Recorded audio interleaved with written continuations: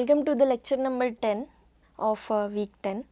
तो पिछले वाले लेक्चर में हमने ये देखा कि अगर हमारे पास कोई एक टास्क है जिसमें काफ़ी सारे नंबर ऑफ़ टास्क को हमें परफॉर्म करना है, जैसे कि एक ऑफिस सिस्टम था।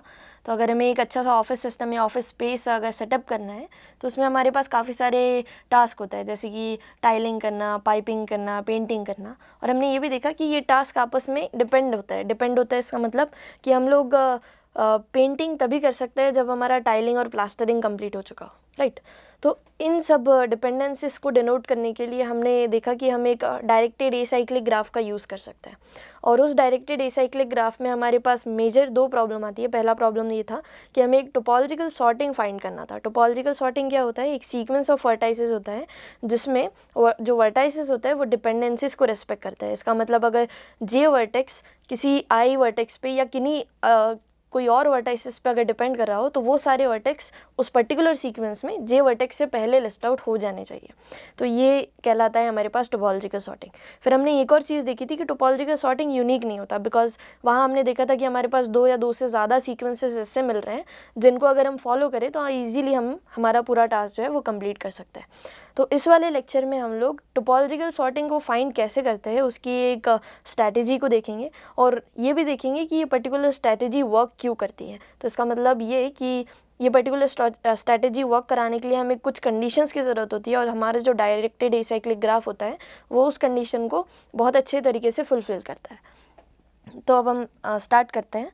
तो हमारे पास सबसे पहला टास्क ये है कि टोपोलॉजिकल सॉर्टिंग हमें फाइंड करना है। तो अगेन टोपोलॉजिकल सॉर्टिंग क्या होता है? तो एक सीक्वेंस ऑफ वर्टाइसेस होता है जिसमें अगर जो जे वर्टेक्स है वो अगर आई वर्टेक्स पर डिपेंड कर रहा है तो उस पर्टिकुलर सीक्वेंस में वी आई जो है वो वी जे से पहले लिस्ट आउट हो जाएगा। ओके, तो वही टोपोलॉजिकल सॉर्टिंग होता है। तो अब इसमें हम लोग टोपोलॉजिकल सॉर्टिंग कैसे फाइंड करेंगे वो देखेंगे। तो सबसे पहली चीज़, तो अगर हमारे पास एक डायरेक्टेड ग्राफ है और उसमें अगर एक साइकिल प्रेजेंट होता है तो उसे हम कभी भी टोपोलॉजिकली सॉर्ट नहीं कर सकते। तो वो रिमार्क क्या लिखा हुआ है कि अगर हमारे पास एक ग्राफ डायरेक्टेड ग्राफ है with the cycle then we can not sort it topologically. क्यों? बिकॉज ऑब्वियस ही रीज़न है, अगर हमारे पास साइकिल है तो इसका मतलब जो जे वर्टेक्स है वो आई वर्टेक्स पे डिपेंड कर रहे हैं, जो के वर्टेक्स है वो जे वर्टेक्स पे डिपेंड कर रहा है, और जो आई वर्टेक्स है वो के वर्टेक्स पे डिपेंड कर रहा है।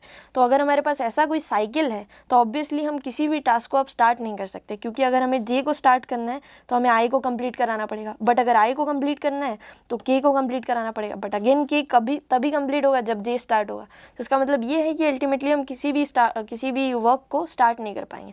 तो इस कंडीशन में हम लोग टोपोलॉजिकली सॉर्ट नहीं कर सकते, बिकॉज हमें कोई भी ऐसा सीक्वेंस नहीं मिलेगा जो हमारे ओवरऑल टास्क को कंप्लीट करते हैं। ओके, तो अगर हमारे पास डायरेक्टेड ग्राफ है जिसमें साइकिल है तो उसे हम कभी भी टोपोलॉजिकली सॉर्ट नहीं कर सकते। नाउ अब बात ये आती है कि अगर हमारे पास ए साइक्लिक ग्राफ है तो उसे हम कैसे टोपोलॉजिकली सॉर्ट कर सकते हैं। ओके, बट हाँ, तो अब हमने तो ये चीज़ देखी कि अगर हमारे पास डायरेक्टेड ग्राफ है, अगर उसमें एक साइकिल है तो उसे हम टोपोलॉजिकली सॉर्ट नहीं कर सकते। बट क्या हम ये क्या हम ये बोल सकते हैं कि अगर हमारे पास कोई भी डायरेक्टेड एसाइक्लिक ग्राफ है तो हम उसे टोपोलॉजिकली सॉर्ट कर सकते हैं? तो आंसर है यस। हम बोल सकते हैं कि अगर हमारे पास कोई भी डायरेक्टेड एसाइक्लिक ग्राफ है तो उसमें हम हमेशा एक टोपोलॉजिकल सॉर्टिंग हमेशा ढूंढ सकते हैं। और ये अब क्यों पॉसिबल होता है उसका हम रीज़न जानेंगे।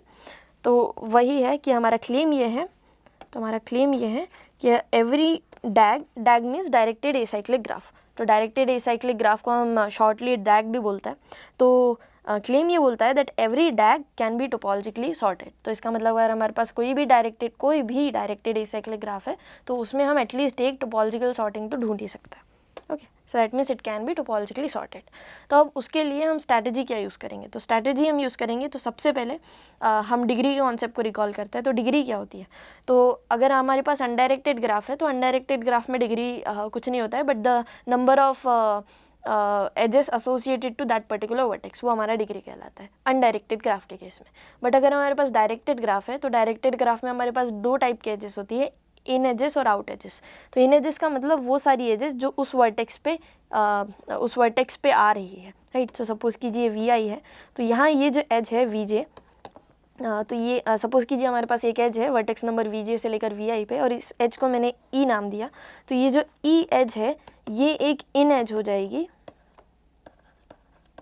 For vertex V, right. और सेम एज ई जो है ये एक आउट एज कहलाएगी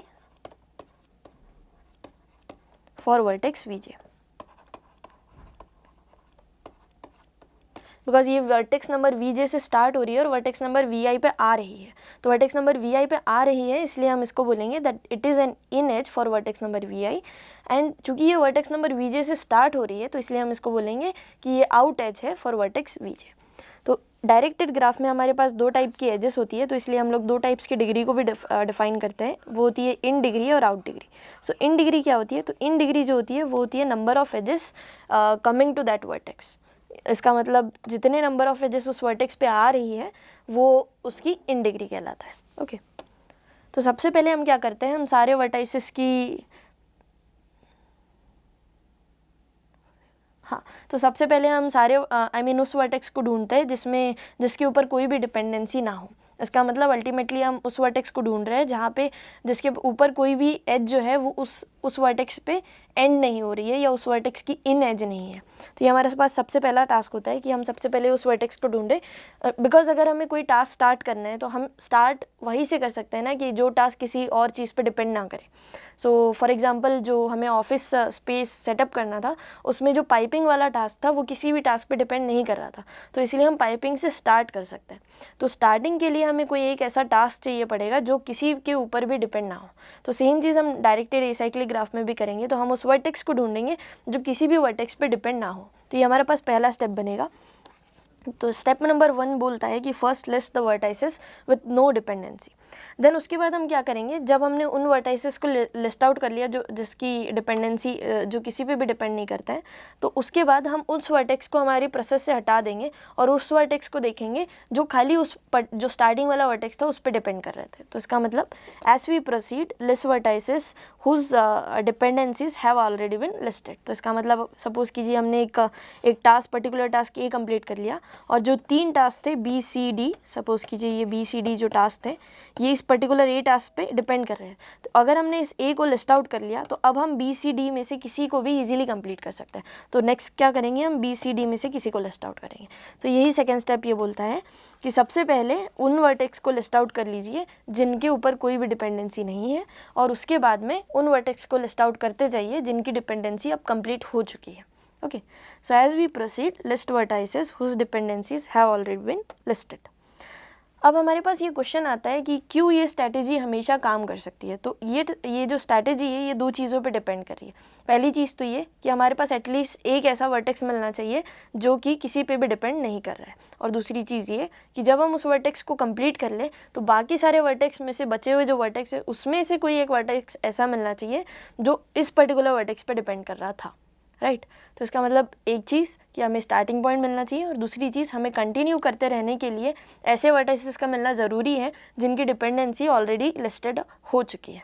ओके, तो यहाँ 2 क्वेश्चन हमारे पास आते हैं। तो पहली चीज़ ये कि ऐसा कोई स्टार्टिंग वर्टेक्स क्यों एग्जिस्ट करेगा, और दूसरी चीज़ ये कि क्या हम ये गारंटी दे सकते हैं कि अगर इस तरीके से हम प्रोसेस करते जाएँ तो हम एट दी एंड सारे वर्टाइसेस को लिस्ट आउट भी कर लें और जो डिपेंडेंसीज है उसे भी फॉलो करते रहें, right. So the second question is, how do we guarantee that we can keep progressing with this particular listing? Okay, तो इसका इन दोनों क्वेश्चन का रीज़न एक ये हो सकता है या ये एक रीज़न हम बोल सकते हैं कि अगर हमारे पास डायरेक्टेड एसाइक्लिक ग्राफ है तो हम ये गारंटीली बोल सकते हैं कि वहाँ पे एक वर्टेक्स तो ऐसा एग्जिस्ट करेगा ही करेगा जिसकी इन डिग्री 0 होगी। तो अब उसे देखते हैं वो क्या है। तो सबसे पहली चीज़ तो a vertex with no dependency has no incoming edges, so that's why the in degree of vertex V 0। Because अगर आप अज्यूम कर रहे हैं कि अगर आपके पास एक टास्क है ए जो किसी भी टास्क के ऊपर डिपेंड नहीं कर रहा है, तो इसका मतलब इस ए से जो पॉसिबल एजेस हो सकती है वो आउटगोइंग एजेस ही हो सकती है। बिकॉज अगर इस ए पे कोई एक इनकमिंग एजेस आ गई तो इसका मतलब ये हो गया कि ये जो ए है वो बी पे डिपेंड कर रहा है। बट हम क्या बोल रहे हैं कि टास्क ए जो है वो किसी भी टास्क पे डिपेंड ना करे। तो अगर कोई एक ऐसा टास्क है जो किसी भी टास्क पे डिपेंड नहीं कर रहा है तो इसका मतलब ये कि उस पर कोई भी इनकमिंग एज नहीं है, और अगर उस पर कोई भी इन एज नहीं है तो इसका मतलब उस वर्टेक्स की इन डिग्री क्या है, 0 है। तो हम ये बोल सकते हैं शॉर्टली कि अगर हमारे पास कोई एक डायरेक्टेड एसाइक्लिक ग्राफ है तो उसमें वो सारे वर्टाइसेस जिनकी इन डिग्री 0 होती है वो वाले वर्टाइसेस होते हैं जो किसी दूसरे वर्टेक्स पे डिपेंड नहीं कर रहे हैं। तो फर्स्ट पॉइंट हमारा ये था कि अगर if we have a vertex with no dependency then उस वर्टेक्स की इन डिग्री 0 होगी, और ये वाइसा वर्सा भी काम करता है कि अगर किसी वर्टेक्स की इन डिग्री 0 है तो वो किसी दूसरे वर्टेक्स पे डिपेंड नहीं कर रहा है। अब हमारा क्लेम ये है कि अगर हमारे पास एक डायरेक्टेड एसाइक्लिक ग्राफ है तो हम हमेशा एक ऐसा वर्टेक्स तो फाइंड कर ही सकते हैं जिसकी इन डिग्री 0 होगी। अब ये क्लेम हम कैसे प्रूफ करेंगे? तो सपोज़ कीजिए ये जो क्लेम है वो ट्रू नहीं है, तो इसका मतलब यहाँ पे हम यूज़ कर रहे हैं method of contradiction. So method of contradiction क्या बोलता है कि आपका जो क्लेम है पहले आप उसे फॉल्स मानो और एक ऐसे कॉन्ट्राडिक्शन पे अराइव कर जाओ जो कि कंडीशन में था ही नहीं। जैसे कि फॉर एग्जांपल अगर हम माने कि मेरे पास एक ऐसा डैग है, एक ऐसा डायरेक्टेड एसाइक्लिक ग्राफ है जिसमें कोई भी वर्टेक्स का इन डिग्री 0 नहीं है।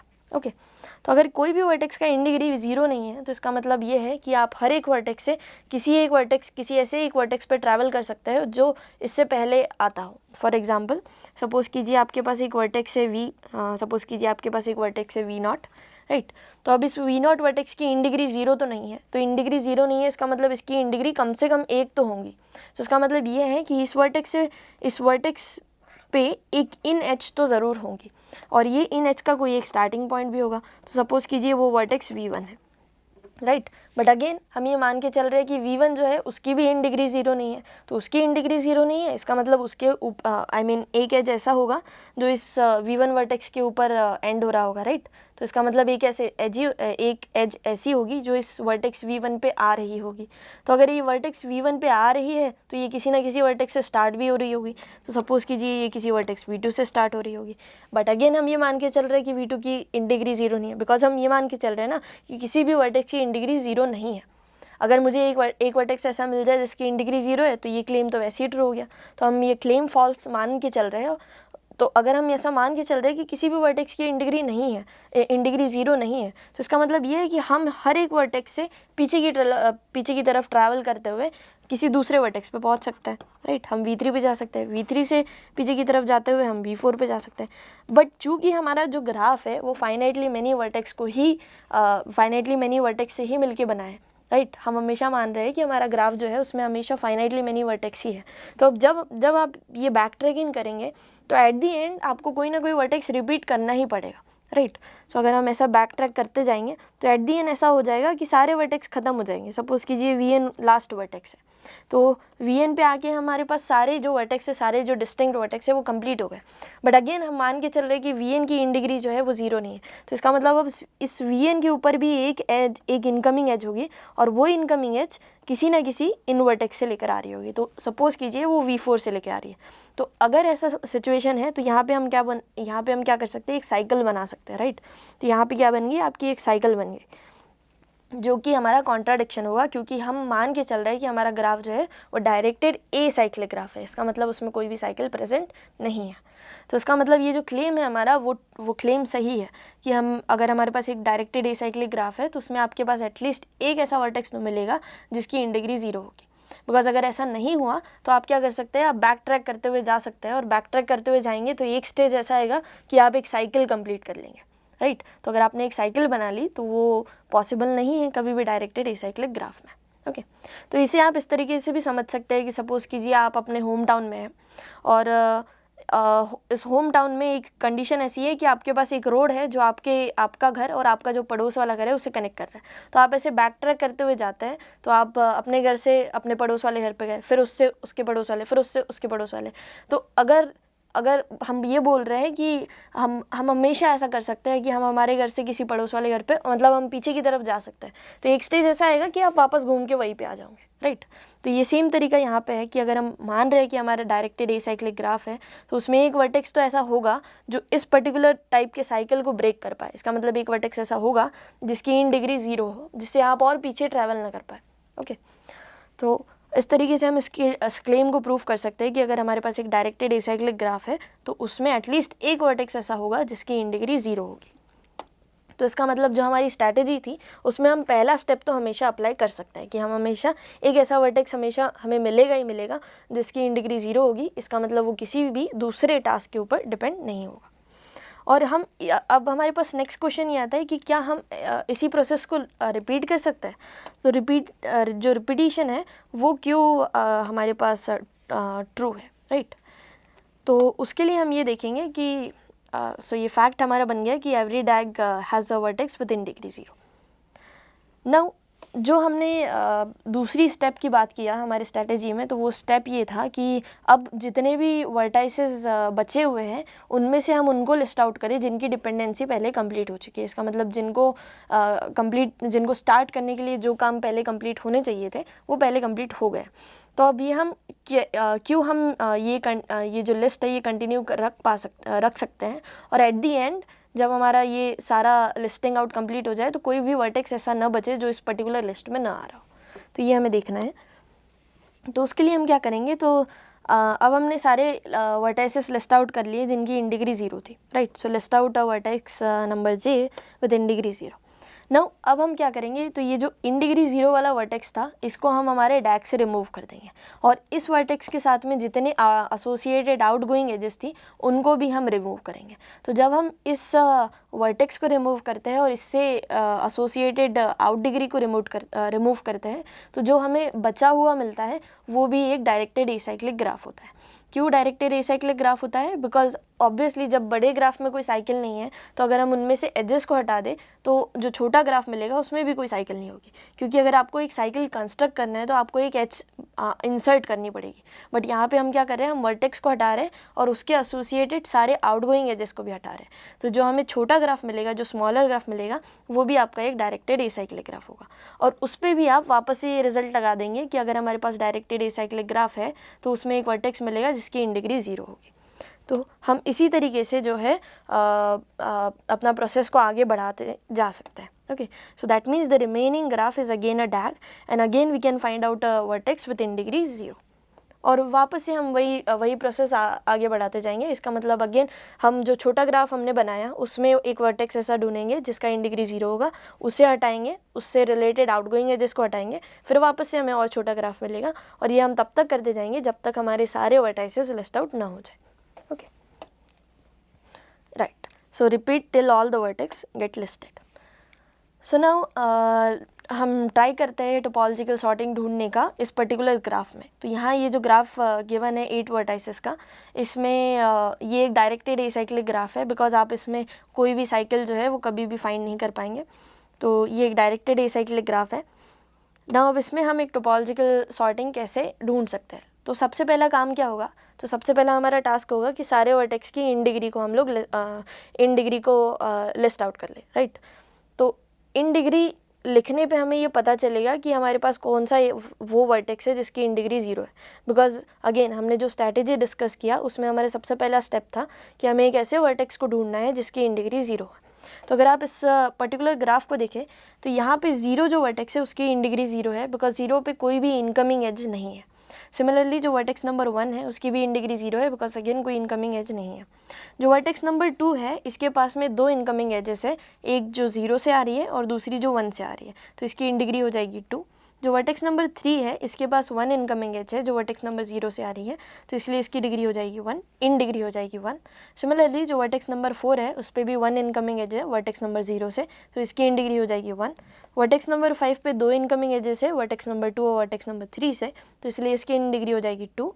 वर्टेक्स नंबर 6 पे एक ही इनकमिंग एज है तो इसलिए इसकी इन डिग्री हो जाएगी 1। और वर्टेक्स नंबर 7 पे हमारे पास 4 इनकमिंग एजेस है वर्टेक्स नंबर 1, 4, 3 एंड 6 है, तो इसलिए इसकी इन डिग्री हो जाएगी 4। तो सब टोपोलॉजिकल सॉर्टिंग करते टाइम सबसे पहला स्टेप हमारे पास ये होगा कि हम सारे वर्टाइसेस की इन डिग्री को लिस्ट आउट कर लें। दूसरा स्टेप ये हमारे पास ये होगा कि हम उस वर्टेक्स को देखें जिसकी इन डिग्री 0 है और उसे हमारे टोपोलॉजिकल सॉर्टिंग में इंसर्ट करें और उस वर्टेक्स को हमारे डैग से रिमूव कर दें। जब हम वर्टेक्स को रिमूव कर रहे हैं तो उसके साथ में जितनी भी आउट एजेस हैं उसे भी हम रिमूव कर दें। तो ये हमारा सेकंड स्टेप होगा। तो अब यहाँ पे हमारे पास चूज़ करने के लिए 2 वर्टेक्स है। वर्टेक्स नंबर 0 भी एक ऐसा वर्टेक्स है जिसकी इन डिग्री 0 है और वर्टेक्स नंबर 1 भी एक ऐसा वर्टेक्स है जिसकी इन डिग्री 0 है।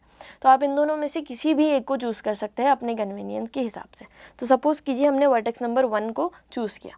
तो अब हमारा टोपोलॉजिकल सॉर्ट चालू हो गया है। टोपोलॉजिकल सॉर्ट क्या है? टोपोलॉजिकल सॉर्टिंग में हमें एक सीक्वेंस कंस्ट्रक्ट करना होता है वर्टाइसेस का। तो अब सीक्वेंस का कंस्ट्रक्ट करना है तो कोई वर्टेक्स लेना पड़ेगा। तो हमने स्टार्टिंग किया वर्टेक्स नंबर 1 से। तो हमने वर्टेक्स नंबर 1 को सबसे पहले अपने टोपोलॉजिकल सॉर्ट में ऐड किया और उसे हमने हमारा जो डैग था उसमें से रिमूव किया और उस वर्टेक्स से जितने भी एसोसिएटेड आउट एजेस थी उनको भी रिमूव किया। तो जब हमने उनको रिमूव किया तो कुछ वर्टेक्स ऐसे होंगे जिनकी इन डिग्री अब चेंज हो जाएगी, बिकॉज हमने कुछ एजेस को हटाया है। तो जब हमने कुछ एजेस को हटाया है तो वो एजेस किसी ना किसी वर्टेक्स पे तो पॉइंट आउट कर रही होगी। तो जब हमने उन एजेस को हटाया तो कुछ वर्टेक्स ऐसे होंगे जिनकी इन डिग्री अब चेंज हो जाएगी। और वो वर्टेक्स कौन कौन से होंगे? वो वर्टेक्स वो होंगे जिन पे 1 से लेकर उन वर्टेक्स पे आउटगोइंग एजेस थी। जैसे कि वर्टेक्स नंबर 2 पे हमारे पास आउटगोइंग एजेस थी 1 से, और वर्टेक्स नंबर 7 पे। तो जैसे हमने वर्टेक्स नंबर 1 को हटाया, हमने आउटगोइंग एजेस को भी हटा दिया। अब हमें जो इन डिग्री थी उन्हें वापस से स्कैन करना पड़ेगा। तो जब हम वापस से स्कैन कर रहे हैं तो अब वर्टेक्स नंबर 2 पे आप ध्यान से देखिए तो यहाँ पे सिर्फ एक इनकमिंग एजेस है। तो इसका मतलब अब इन डिग्री ऑफ वर्टेक्स नंबर 2 जो है वो चेंज हो जाएगी 1 में। सिमिलरली जो इन डिग्री ऑफ वर्टेक्स नंबर 7 है वो भी 4 से 3 में कन्वर्ट हो जाएगी। तो अब हमें एक नया डैग मिला। इस नए डैग में भी हम वापस से अपना इन डिग्री का स्कैन करेंगे सारे वर्टाइसेस की, या जो वर्टाइसेस की इन डिग्री चेंज हुई है उन्हें हम चेंज करते हुए लिखेंगे। और अब इसमें हम एक वर्टेक्स ऐसा ढूंढेंगे जिसकी इन डिग्री अब 0। अब यहाँ पे अगर आप देखें तो यहाँ एक ही वर्टेक्स है जिसकी इन डिग्री 0 है और वो है वर्टेक्स नंबर 0। तो अब नेक्स्ट स्टेप होगा, हम 0 को अपने टोपोलॉजिकल सॉर्टिंग सीक्वेंस में ऐड कर लेंगे और इस 0 को अपने डैग से रिमूव करके वापस से इन डिग्रीज़ को अपडेट करेंगे। राइट, सो वापस से हमने 0 को रिमूव कर दिया, उससे एसोसिएटेड सारे आउटगोइंग एजेस को रिमूव किया। तो अब हमारे पास वापस से हमें इन डिग्री को मॉडिफाई करना होगा, अपडेट करना होगा।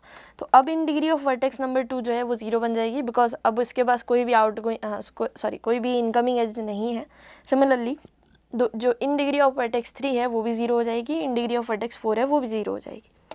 नाउ अब आपके पास 3 चॉइसेस है चूज़ करने के लिए कि आप अपने टोपोलॉजिकल सॉर्टिंग सीक्वेंस में नेक्स्ट कौन सा वर्टेक्स ऐड करना चाहते हैं।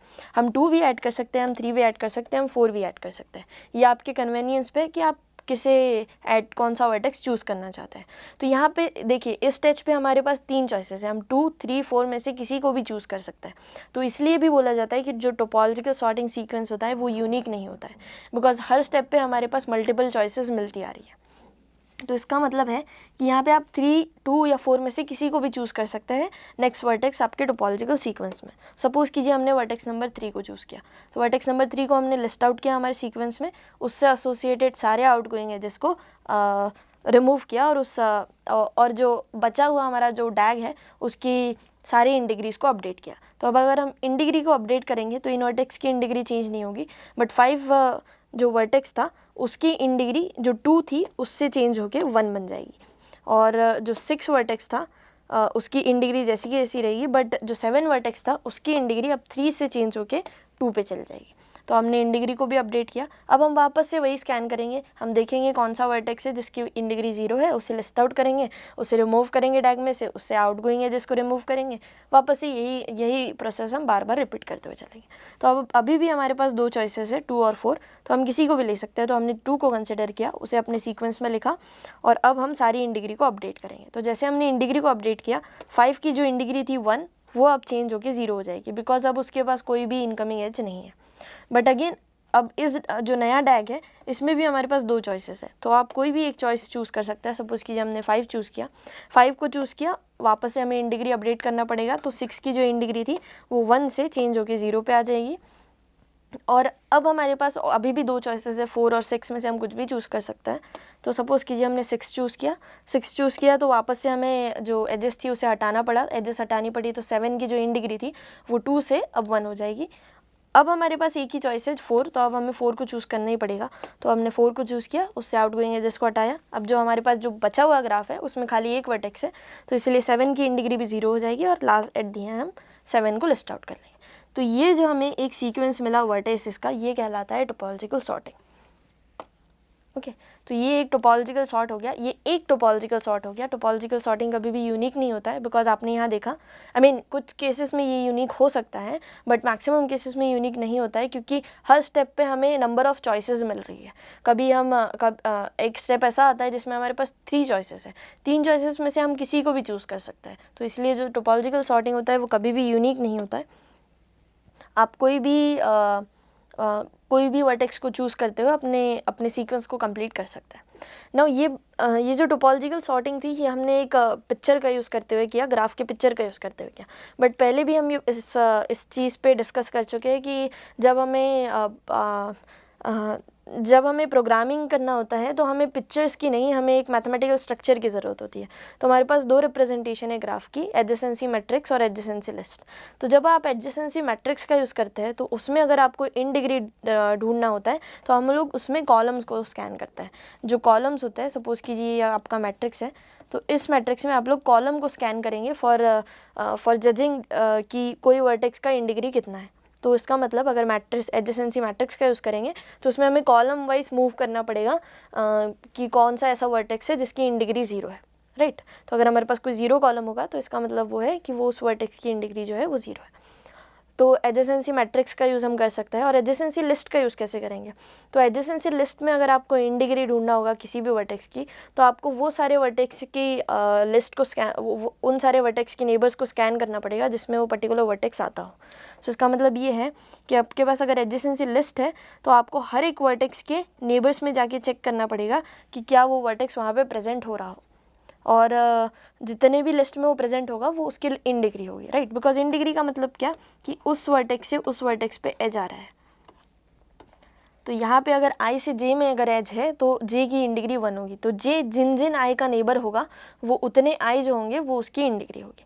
तो एडजेसेंसी लिस्ट के थ्रू भी हम इन डिग्री को फाइंड आउट कर सकते हैं, बट इसमें हमें सारे वर्टाइसेस की नेबर्स को स्कैन करना पड़ेगा। तो इस केस में एडजेसेंसी मैट्रिक्स का यूज़ करना ज़्यादा बेनिफिशियल है as compared to adjacency list. तो समराइज़ करते हैं इस पूरे लेक्चर को। तो इस पूरे लेक्चर में हमने क्या देखा? तो हमने ये देखा कि अगर हमारे पास एक डायरेक्टेड एसाइक्लिक ग्राफ है तो उस डायरेक्टेड एसाइक्लिक ग्राफ में हम हमेशा एटलीस्ट एक टोपोलॉजिकल सॉर्ट तो फाइंड आउट कर ही सकते हैं, और उसकी हमने एक स्ट्रैटेजी डिस्कस किया और हमने ये देखा कि वो पर्टिकुलर स्ट्रैटेजी क्यों वर्क करती है। तो वो स्ट्रैटेजी पर्टिकुलर इस फैक्ट पे बेस है कि अगर आपके पास कोई भी एक डायरेक्टेड एसाइक्लिक ग्राफ है तो उसमें आप हमेशा एक वर्टेक्स ऐसा तो हमेशा ढूंढ ही पाएंगे जिसकी इन डिग्री जो है वो 0 होगी। और ऐसा क्यों है क्योंकि अगर हम इसे एज ए कॉन्ट्राडिक्शन देखें कि सपोज़ कीजिए आपके पास डायरेक्टेड एसाइक्लिक ग्राफ है जिसमें कोई भी वर्टेक्स की इन डिग्री 0 नहीं है, तो आप हमेशा बैक ट्रैक करते हुए एक साइकिल को कंस्ट्रक्ट कर सकते हैं जो कि पॉसिबल नहीं है। तो हमने एज ए कॉन्ट्राडिक्शन का यूज़ करते हुए ये प्रूफ किया कि डायरेक्टेड एसाइक्लिक ग्राफ में हमेशा एक वर्टेक्स ऐसा मिलेगा ही जिसकी इन डिग्री 0 होगी। फिर हमने इसी चीज़ का यूज़ करते हुए एक टोपोलॉजिकल सॉर्टिंग कंस्ट्रक्ट करने की एक पर्टिकुलर स्ट्रैटेजी देखी, जिसमें हम सबसे पहले उस वर्टेक्स को लिस्ट आउट करते हैं जिसकी इन डिग्री 0 होती है। देन उस वर्टेक्स को हमारे डैग में से रिमूव करते हैं। जब हमने वर्टेक्स को रिमूव किया तो उससे एसोसिएटेड सारे आउटगोइंग एजेस को भी रिमूव करते हैं।